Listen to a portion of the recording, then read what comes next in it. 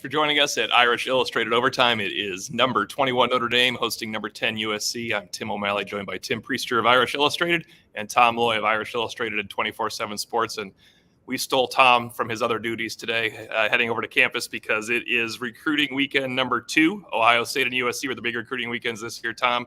There are about 15 players we want to talk about. Is starting off with 4 skill position players, especially when Notre Dame is in the wake of a 8-quarter drought of not enough scoring. So a couple of legacy players, Jerome Bettis Jr., of course. We'll get into James Flanigan as well at tight end. But how do you see these 3 wide receivers and, of course, James Simon? What's your outlook for them going into this weekend?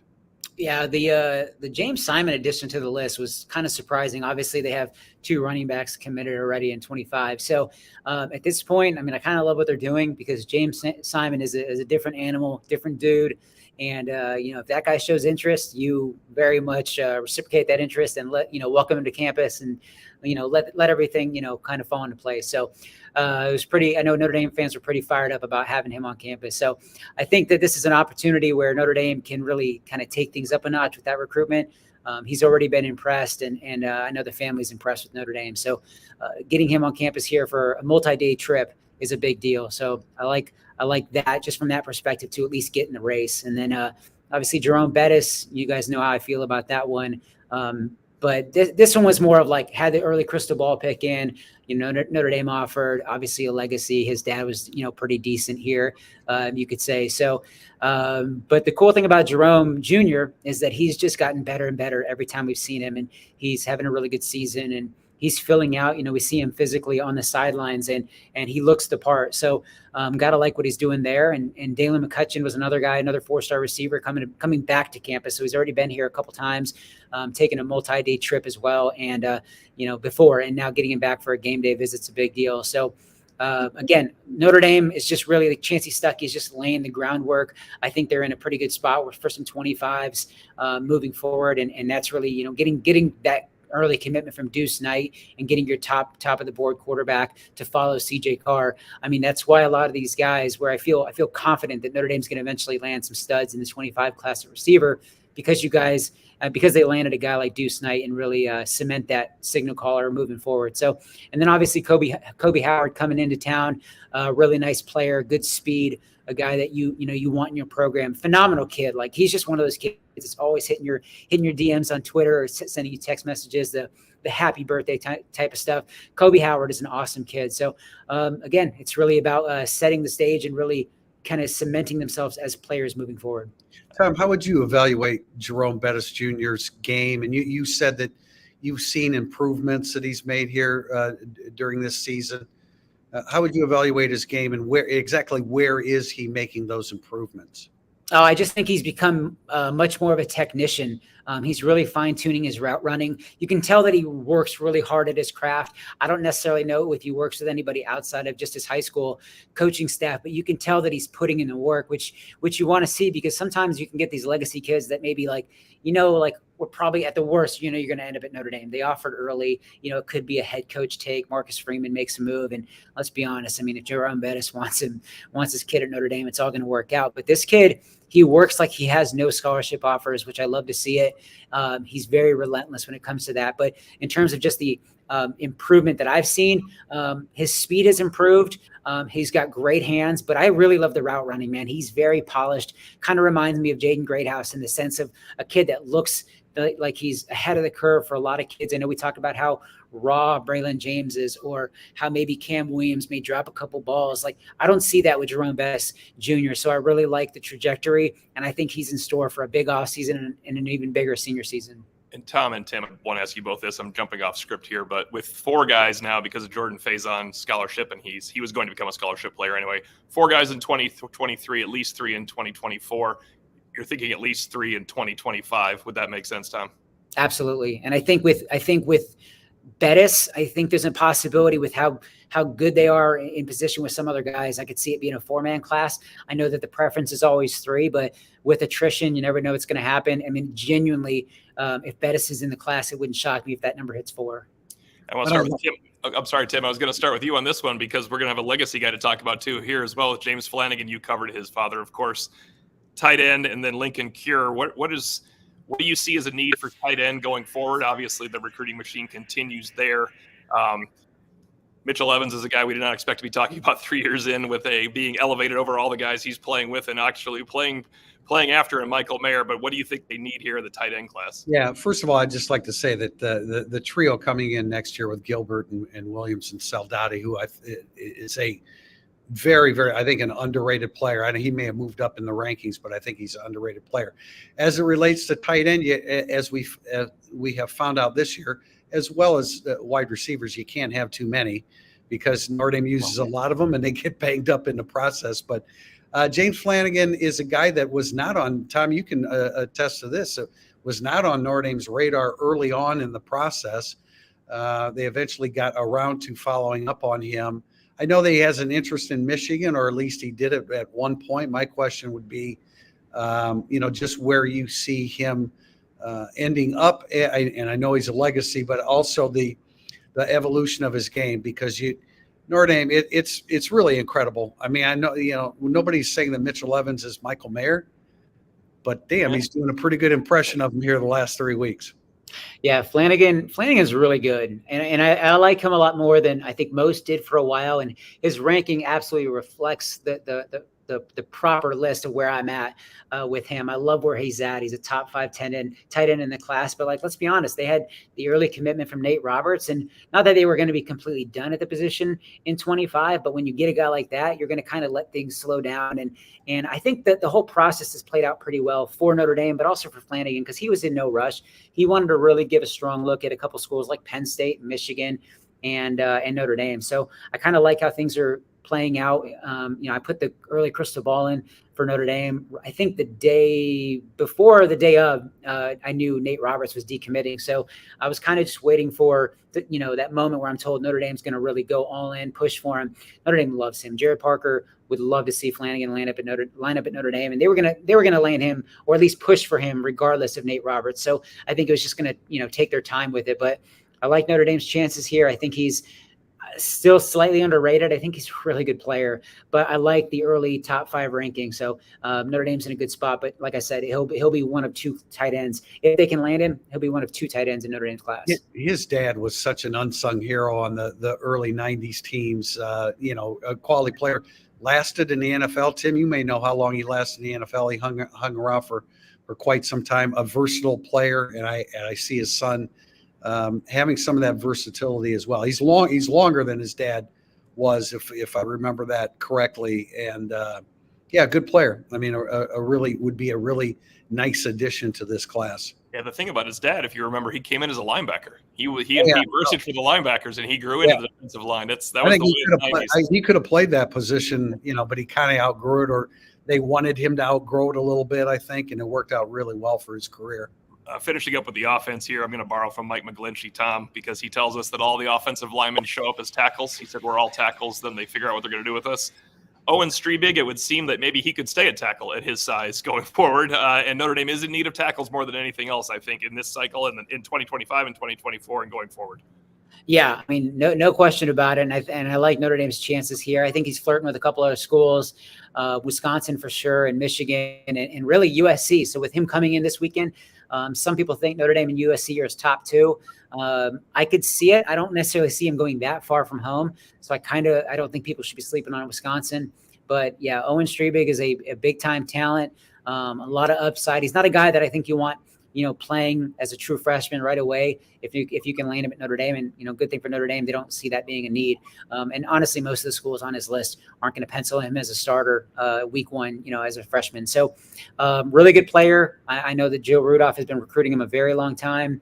And I think that they are going to do everything possible to land him. I'm not necessarily saying they're going to land him now, but because he's been very adamant that he wants to wait till the end of his junior season before making any decisions, but he definitely wants to get it out of the way before his senior season.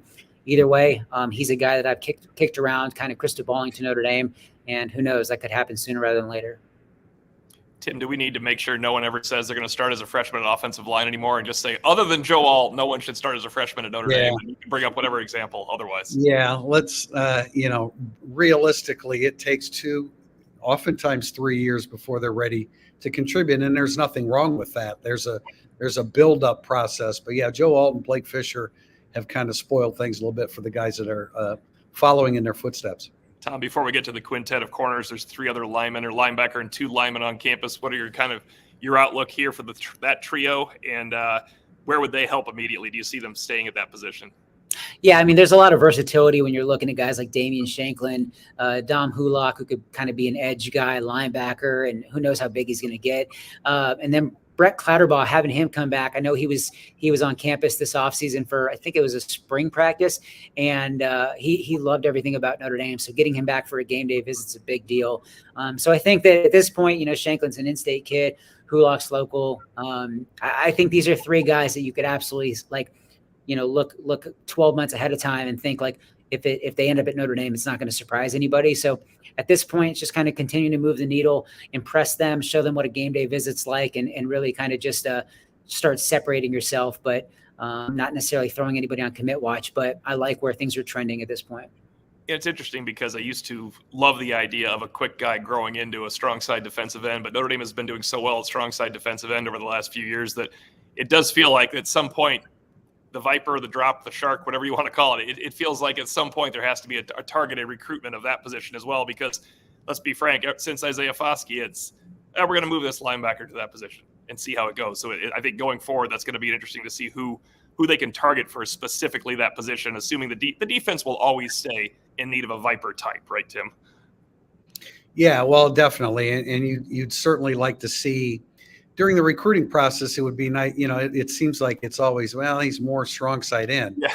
A lot of times you put, like you start watching film and it takes, you guys have done this, it takes one clip and you say strong side end or, Viper. They need the idea of creating Vipers is essential to Notre Dame football. It's just the way it is, but it sure would be nice to get the ones that absolutely fit the position that end up, coming to Notre Dame. Tom, I'm going to ask you to run down. What it's worth real quick was Dom Hulock for Notre Dame. He's, listed and penciled in at Viper. So he's the one to watch as things kind of move forward. But that's the guy that they truly have like a line, not DN, not Viper. So before we get to any crystal balls or commitment watch, 5 corners. And I think this is probably unfair to Notre Dame, but this is the first time where you can say, look out there at those 4 corners because they can all help Notre Dame on the field tonight, and they may get called upon tonight. Our weather is picking up a little bit here, getting a little bit nicer. You could actually need some relief. Jaden Mickey, I think, definitely will play a part tonight. 5 corners coming. Tom, what's your outlook for this quintet? Man, if anybody hasn't watched Trey McNutt, like turn the film on. Like this is a guy that Tim, I don't think you've done a film eval on him, but like let's just fast forward. When he does, he's going to rave about this guy. Spoiler alert. Like, Trey McNutt's the real deal, man. He is outstanding. He's about as close. I don't think he is a 5-star, but I think when push comes to shove, when you look forward, I think he's eventually going to be in the top 32. Absolutely love that kid. Cree Thomas is a guy I like a lot. Benjamin Morrison's former teammate, good friend. Spoiler alert, there might be a crystal ball put in for him. I will say Wisconsin's done a phenomenal job recruiting him, so that's probably your top 2 right there. Notre Dame wants to really separate themselves there. They've done a great job recruiting Mark Zachary, the in-state kid out of Indianapolis area. I think Ohio State was kind of the dream school growing up, but he was also in attendance when Notre Dame did a really good job of shutting down Marvin Harrison. So that made an impact. Mike Mickens is doing a great job there. So he's one to watch, potentially landing at Notre Dame down the road. And then the other 2, we got Kevin Humes coming in. Not his first visit, I don't think, but just getting him on campus is a big deal because he's a top level player. I think he's a little underrated. I think might even be a 3-star, which kind of surprises me. So I'd like to talk to the guys about that one. It just kind of surprises me, but Dallas Golden is an absolute stud out of Florida. Berkeley Prep, it's probably, people are going to probably curse me for mentioning that school with Keon Keeley coming out of there. But Dallas Golden is a absolute stud. Again, I think some services have as a 3-star. Surprises me. Really, really good player. Notre Dame would be jumping up and down, going crazy if a guy like Dallas Golden ends up at Notre Dame. So really good group. Not surprising. The cornerback group at Notre Dame strong. Mike Mickens does a really good job on the recruiting trail. Before Tom heads back across the street, he's got some recruiting to do. Tom, don't talk to recruits. That's illegal. I figured that out. Okay, don't do that when you're with them. But there's about I'm not going to ask you for crystal ball unless you have one, but a couple on commit watch and then a couple long shots from this group. Yeah, I mean, somebody we should mention that I could eventually crystal ball. I know we kind of you mentioned him in passing, but tight end Lincoln Cure, I fully expect Notre Dame to offer. And you're going to look and say he's a 3-star tight end and he's a lower ranked guy. And My gut feeling is that when we fast forward and look ahead, he's going to be a top 5 tight end in this class. I absolutely love this kid. The tape's good. The measurables are good. He's 6'6 plus. I do remember a 3-star tight end coming out named Eli Raridan that absolutely blew up. I think Lincoln Cure is going to have that same kind of trajectory. So not only do I like Notre Dame to eventually offer him, it genuinely wouldn't shock me if a crystal ball went in sooner rather than later. I'm told he's a Catholic kid with a family with great respect for Notre Dame. So we'll see what happens there. So I kind of like where things are going there. Tom once joked, Tim, let's go talk to some recruits when we were actually going upstairs to go to the press box. That's why I like to bring that out. It's one of the it's tough because you want to like say hello when they walk over to you. I mean, I think I told you the story or somebody else's story that I got in trouble because JJ McCarthy a couple years ago left the recruiting tent and came and said hello to me. Like, am I supposed to just like turn my back to you?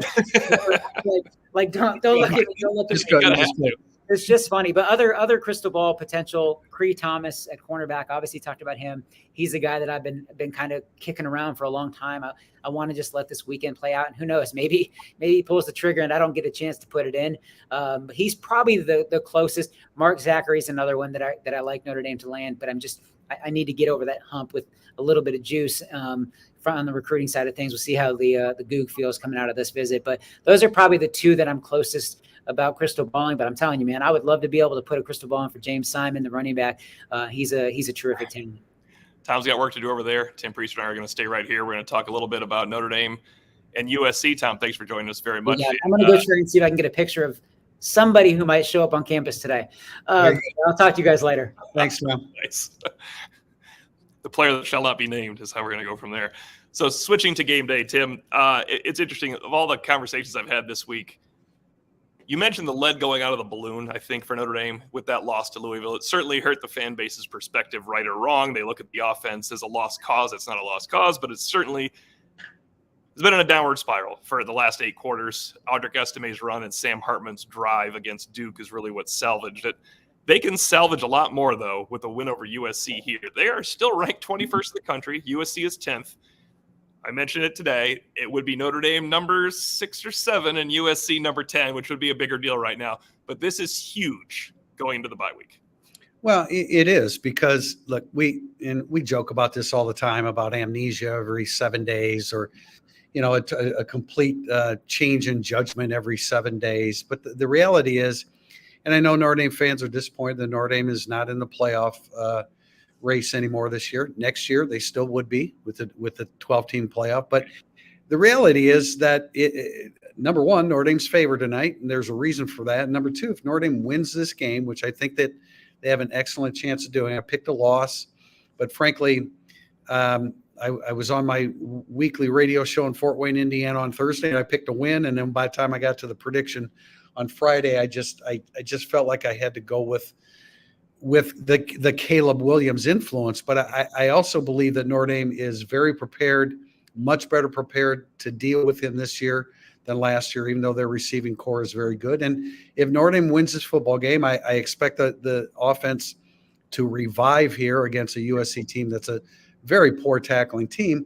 Everything changes. I mean, if Notre Dame walks away tonight at 6-2, tell me we're not thinking about finishing 10-2. Now, I'm getting ahead of myself, and we try not to do that. It's one game. You get a week off, and then you have to beat Pittsburgh, and you go from there. But the reality is, if you win this game, Notre Dame very much is a New Year's Six bowl candidate, and I think it's very likely that they would finish 10-2 if they come away with a win tonight, which I think they can. I really do. I think that this is the ultimate strength versus strength kind of game.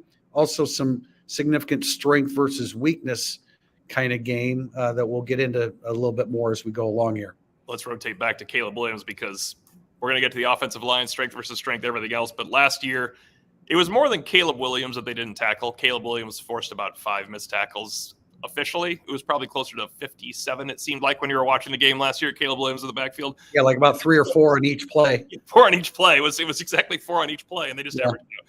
Notre Dame still missed 14 or 15 tackles on Austin Jones and on the wide receivers. Tackling is at a premium for the Irish in this game. They have mostly tackled better than people think. Duke technically did not tackle well, and Louisville's misses were just crippling. is what it comes down to. They missed crucial tackles against Louisville, and I felt Louisville finished too many runs with Jordan through Notre Dame's tacklers, as opposed to at that point Notre Dame's tacklers winning. They have to tackle better today.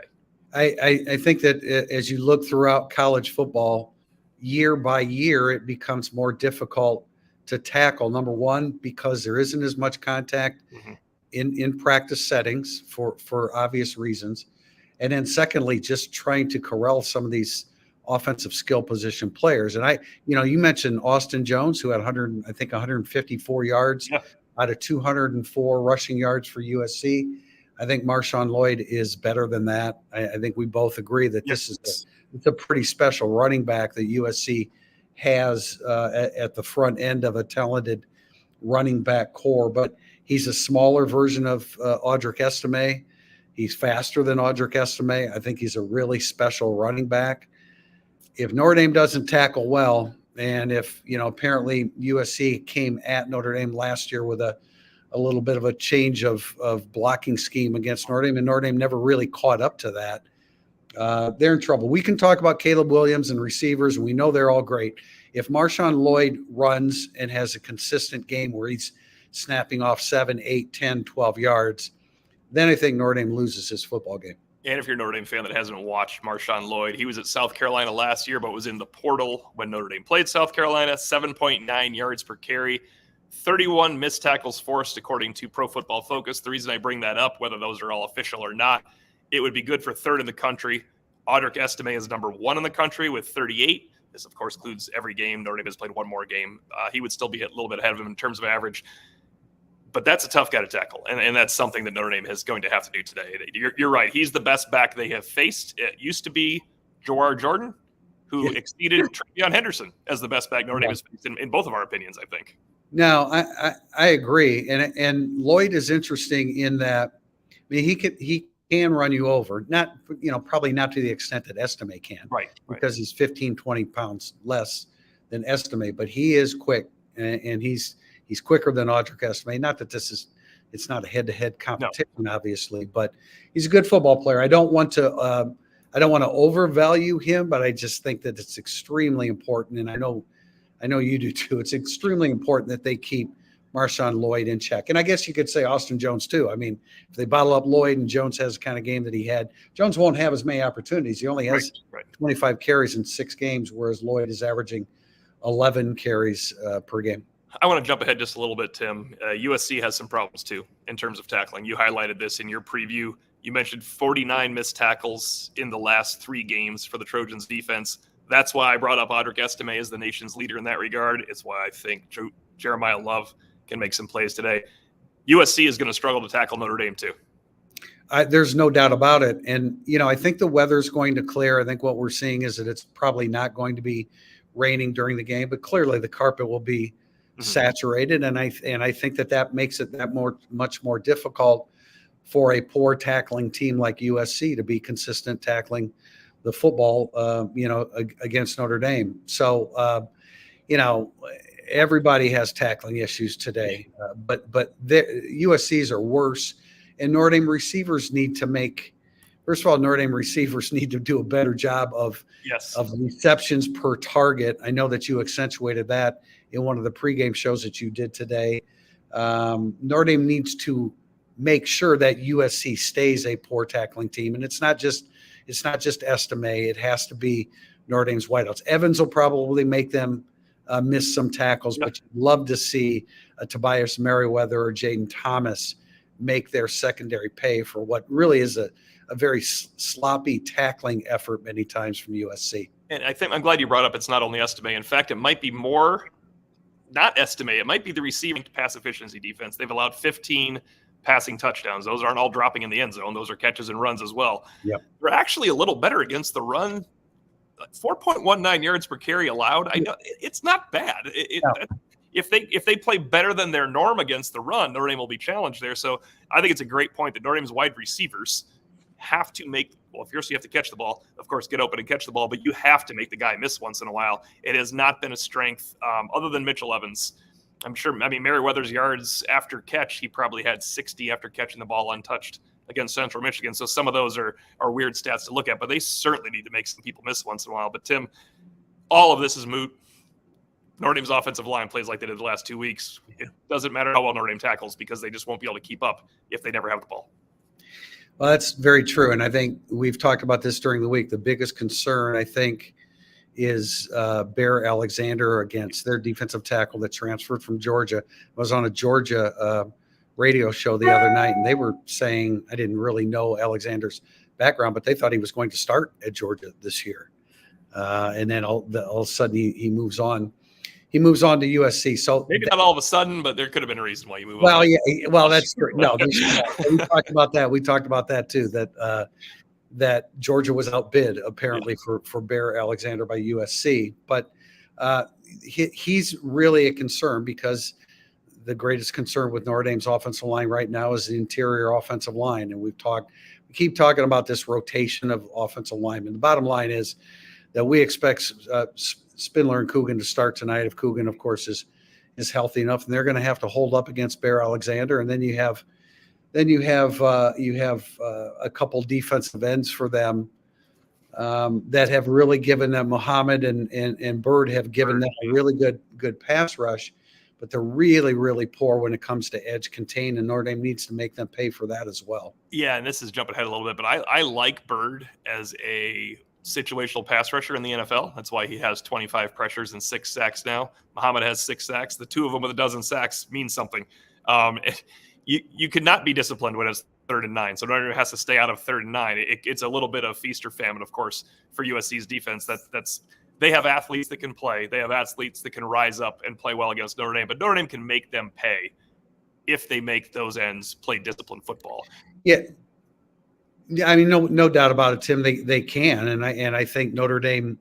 This is where this is going to sound a little crazy, I know, for a lot of people, but I've thought about this a couple times during the whole evaluation process. This is going to anger some people, but this is my opinion. I think Tommy Rees would be the ideal offensive coordinator for this game tonight because he would be one step ahead of the lack of discipline that USC employs off the edge. I think he would take advantage of that. Of course, he's not here, and it's Jared Parker, and Jared Parker has a lot to prove tonight. He also has a lot to work with against this USC defense. He's going to need to be creative and put that Trojan defense in mismatches. Mm-hmm. Notre Dame has the personnel to do that. He's going to have to call a good game and take advantage of it. Two guys that have to be a little better for me are both Zeke Correll, who was a 5th-year senior center. We expect him to improve. He had a bad game against Duke, obviously. They replaced him for a reason briefly against Louisville. And Blake Fisher has given up 8 pressures in the last 2 games after 5 pressures in the first 5. Once again, those aren't always hardened facts, but when you're evaluating something the exact same way on tape, he's giving up more pressures in the last 2 games than he had previously. Fisher needs to play a better game because it is crucial that these ends are not all over Sam Hartman. And this is why I say offensive line runs, offensive line protects Hartman, or everything else doesn't work. Yeah, I think Joe Alt bounces back. I think Joe, he had one play in particular that he won't want on his highlight film as NFL scouts are evaluating, but that clip is going to be on there. But he'll have a bounce back game. But less encouraging is what is Blake Fisher going to offer you tonight? It'll either be Muhammad or Bird that he's going to have to be dealing with, and he's just come up small, in these occasions. We talked recently, I know, about we think that maybe he lost too much size. He hasn't been the same guy that we saw early on in his career at Notre Dame, but he has the ability to do it. We were speculating early in the season, remember, Tim, about maybe being banged up or injured, or was it a knee? I'm not sure what we were dealing with, a leg injury early on or what have you. But he needs to come up big. And I want to take this now in the direction, Tim, of strength versus strength. The red zone matchup here today is a classic one. USC is 3rd in the country in red zone touchdown percentage offensively, and Notre Dame is 7th in the country in red zone defense touchdown percentage.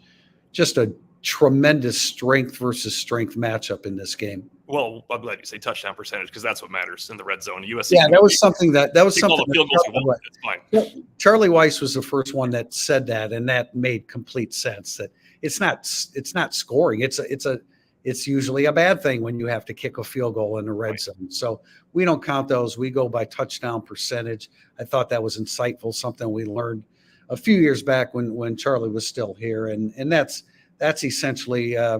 Again, I think could be a very, very much a determining factor in the winner of this game. It's the game within the game, and for me, it's Thomas Harper is huge for Notre Dame in this respect. When it gets down to goal to go, Jack Kaiser has made a living making stuffs at goal to go, especially because he's not always in there. When he's in there, he's one of the best run defenders in that short space. I think he should be in there more. Those two guys are huge. Now, Caleb Williams, of course, they were all red zone scorers. They were not all goal to go scores. They were red zone scores, 3 rushing touchdowns against Notre Dame.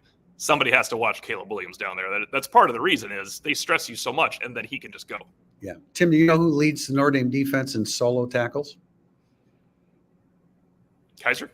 It's Jack Kaiser, who has had games of 10 snaps, 16 snaps, 15 snaps. He's had 3 games where he's had under 20 snaps, and Jack Kaiser leads the defense in solo tackles. I'm glad you brought that up, and I don't want to go off too big of a tangent. Thomas Harper has to be in the game, though, too. That's the one problem. Those two together is like one position. You got to find a way to get Kaiser in on passing downs for Bertrand, Kaiser into spell DFO in some way. L. Golden hasn't. You've talked to him about this. He agreed that he needs to do that, but he hasn't been able to do that. I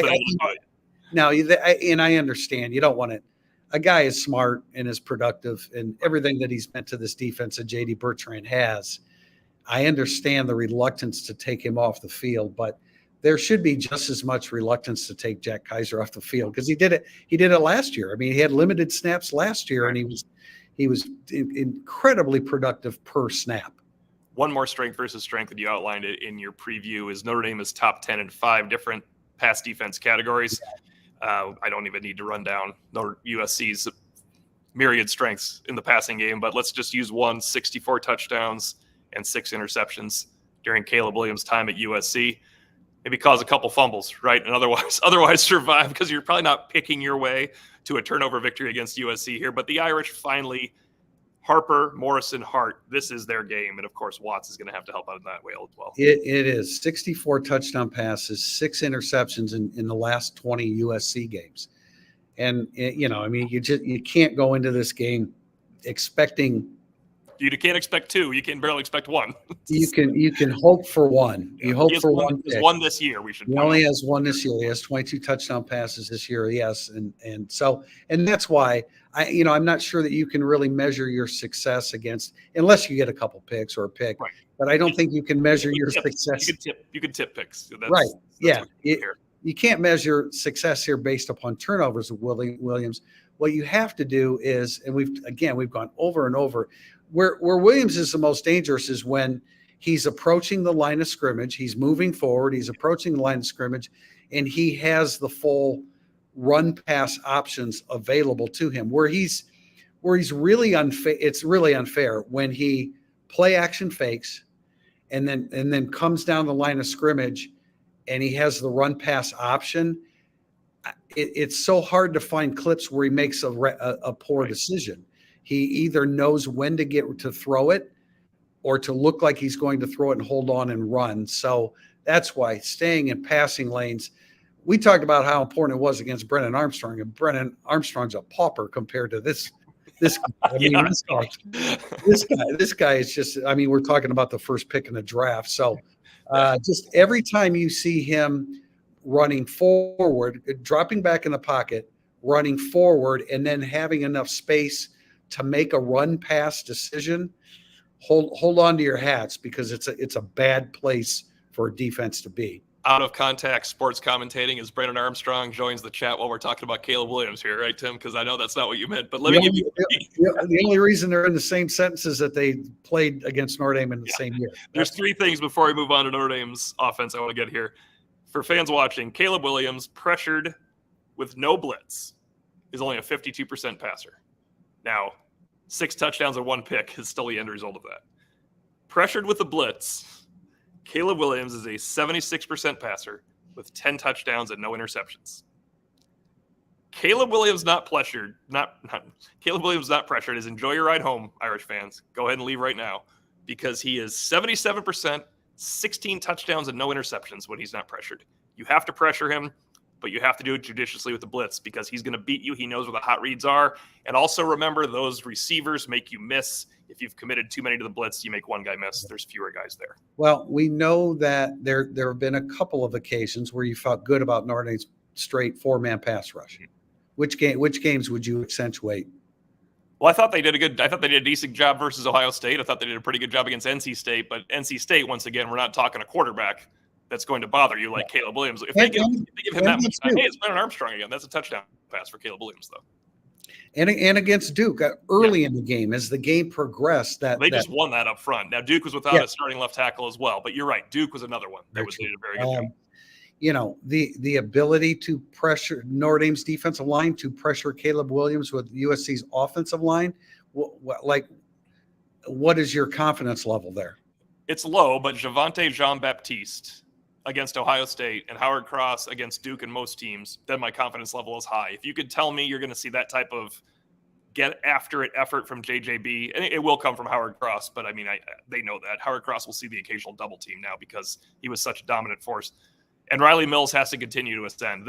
That's all there is, because I like those three more winning the battles than any of the three Vipers until I see it. Yeah, and you just don't know what Notre Dame gets out of Jordan Botelho because it took so long to get him to play 1/11th of the defense. Yes. And I feel like now he's kind of caught between, you know, playing good team defense and then being a little bit hesitant to cut it loose. I just, you know, I think Jordan Botelho is going to come and go from Notre Dame, and we're going to feel like he never did fully reach his athletic potential. His athletic potential. And I guess theoretically, he could come.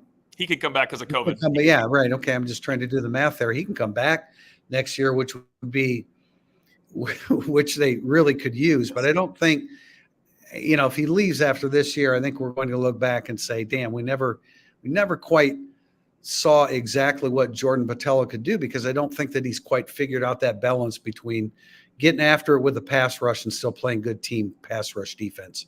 Notre Dame offensively, they're going to need some more points today, Tim. And Mitchell Evans, we mentioned it after the Ohio State game. Good for him, breakout game.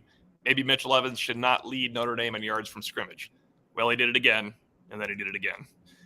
He's having a great 3-game stretch. He's going to have a good game today. 15 of his 17 catches, 22 targets. He has 17 catches on 22 targets.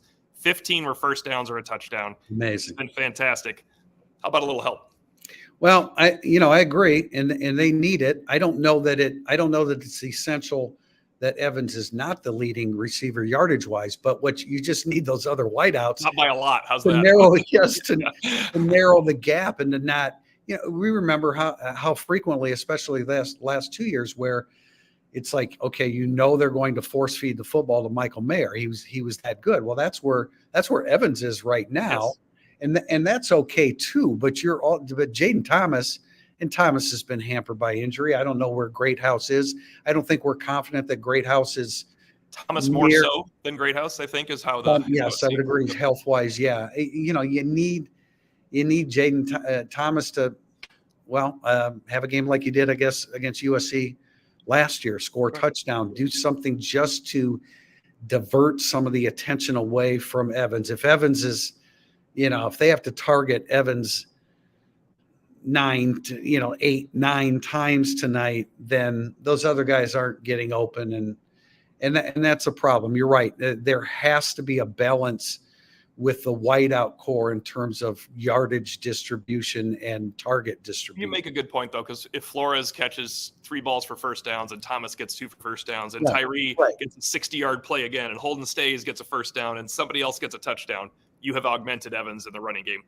They desperately need it, though. And, of course, Jordan Faison, I think, is part of it. Jordan Faison is not leading to a victory over USC. He's in the USC game plan now. But Jordan Faison making a play or two is important, too, because he is so fast. He is so quick. If he gets loose after a missed tackle, the USC secondary has shown a proclivity for missing them all the way to the end zone. I still feel reluctant to say they need Faison to step forward, you know, because they just gave him an opportunity. But the fact of the matter is, we know his speed. we knew, Tim, we knew in the preseason that Faison should have been in the rotation. Yes, he was one of the 7 best receivers. Right. Now they were trying to avoid it because he was a walk-on and would have to use a scholarship. And they had 7. Like, Colsey, you thought brought something. Salerno, you wanted to play a little. You thought Merriweather would put some stuff together. We love Greathouse and Florida. You saw it, but you figured he should be a varsity player at the very least. Yeah. No, and he needs to be one now, and he probably needs to be targeted at least 3 or 4 or 5 times, maybe, depending upon the matchups that you get. But he's the best that Notre Dame has right now. And look, walk on, whatever. He's a good football player. He's a football player that can help Notre Dame win. And if Tobias Merriweather isn't going to step up, if Jaden Thomas isn't quite ready physically, if Jaden Greathouse isn't quite ready physically, then it has to be Faison and go for it. He's capable. He's good enough. No doubt about it. We're going to wrap it up with the Notre Dame running game because, once again, I think that is actually the key for Notre Dame. If you have the Notre Dame's wide receivers, you need Notre Dame's running game to make those guys better. We both think Estime was hobbled a little bit last week. The stats would certainly bear that out. I think it's Jeremiah Love that can help him. If Audric Estime is healthy, he should have 18 carries and 8 first downs and a touchdown and 100 yards. But I still think Jeremiah Love can help the Irish offense. He found creases where Estime did not. That's not apples. It's apples to oranges because they were different carries. Of course, there's different blocking in every carry. Yep. Jeremiah Love in the second level will make USC miss, and he can hit one today. I think they need 10 touches out of him, not 5 or 6. Yeah, no, I agree. I mean, if there's a guy that is going to add to their missed tackle total, it is Jeremiah Love. Now, I mean, I always want to throw in Jadarian Price because I think Jadarian Price is kind of getting bypassed here. And I think it's important that he gets some touches too. Now, probably less than Love because because we've seen that breakaway ability. But I would really like to, again, if you have the opportunity, if you have enough snaps, I'd like to see Jadarian Price get a few more touches. Now, I want to, before we wrap up, Tim, you and I both predicted. I see Tom the intern is running our predictions down below, and we took USC.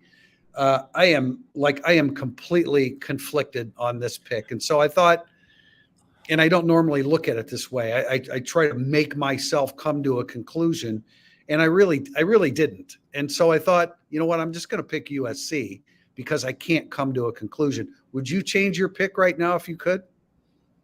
You know what? I want to go to Sean David's question because that exactly applies to this. You've talked about how great Caleb Williams is, so how does ND stop him? You have to be able to pressure him without the blitz. We have illustrated that statistically. Yep. You have to tackle his weapons. You might not tackle him all the time, but you have to tackle his weapons because he's going to distribute the ball, and if they don't get a lot of yak like last year, and if you make him pass out of 3rd and 9, which means you've also contained our guy, Marshawn Lloyd, I think it's a full effort in containing everybody else, and you put Williams in pressure situations. He's the best at it, but you still want to put him in a situation where it's advantageous for your defense, your veteran defense. I think that's how you stop him is you win on 1st and 2nd down. They're not great on 3rd down when it's 3rd and long. They're going to be tremendous when it's 3rd and short. The key, I agree with everything you're saying there.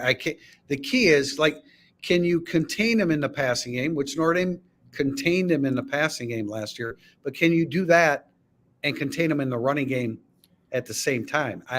That's why he's the defending Heisman Trophy winner, because most teams haven't been able to do that. Now, Arizona did a pretty good job, but he ran for touchdowns. Yes. So, the ability to stop both aspects of his game is just really, really difficult. The best thing to do is get him banged up early in the game like Utah did last year. That's a good way to do it. See if he can hurt his hamstring when he's running around having fun. Yeah, I mean, somebody's got to put a whack on him here early on and change the game a little bit and what he's feeling and thinking as the game progresses. Very quickly, because every stat points to how good Caleb Williams is. Since they entered conference play, 32% on 3rd down, Caleb Williams. Conversion rate, not passing. Conversion rate. USC has converted 32% in Pac-10 play. Notre Dame keeps it at 32%. Our predictions are wrong and Notre Dame wins. I was going to save that for instant analysis, Tim, because I trying to figure out the last time you, John Bryce, and I probably all picked the other team to win. I think I know. We're going to save that for instant analysis. But when were we last confident about it as well? It's been a while. Yeah, it is. I'm not saying I would change my prediction, but I feel strongly that Notre Dame can win this football game. But I they, do as well. I just feel strongly it's coming down to the last drive again. I think Yeah. when people say, "Is my heart going to hurt?" Yeah, it is. Your heart's going to hurt if you're a Notre Dame fan watching this game until the last minute. You might be Yeah. happy at the very end, though. I certainly think when we talk about strength versus strength, I think Notre Dame's pass defense and defense in general can do a really, really nice job. But it's going to come down to all the things that we talked about. But Notre Dame's offensive line. Notre Dame's offensive line has to win at the point of attack. They're probably not at a real high level of confidence right now, but they better have gained it during this week because they're going to need it. We have an instant analysis to do. For Tim Priester, I'm Tim O'Malley. Thanks for watching Irish Illustrated Overtime.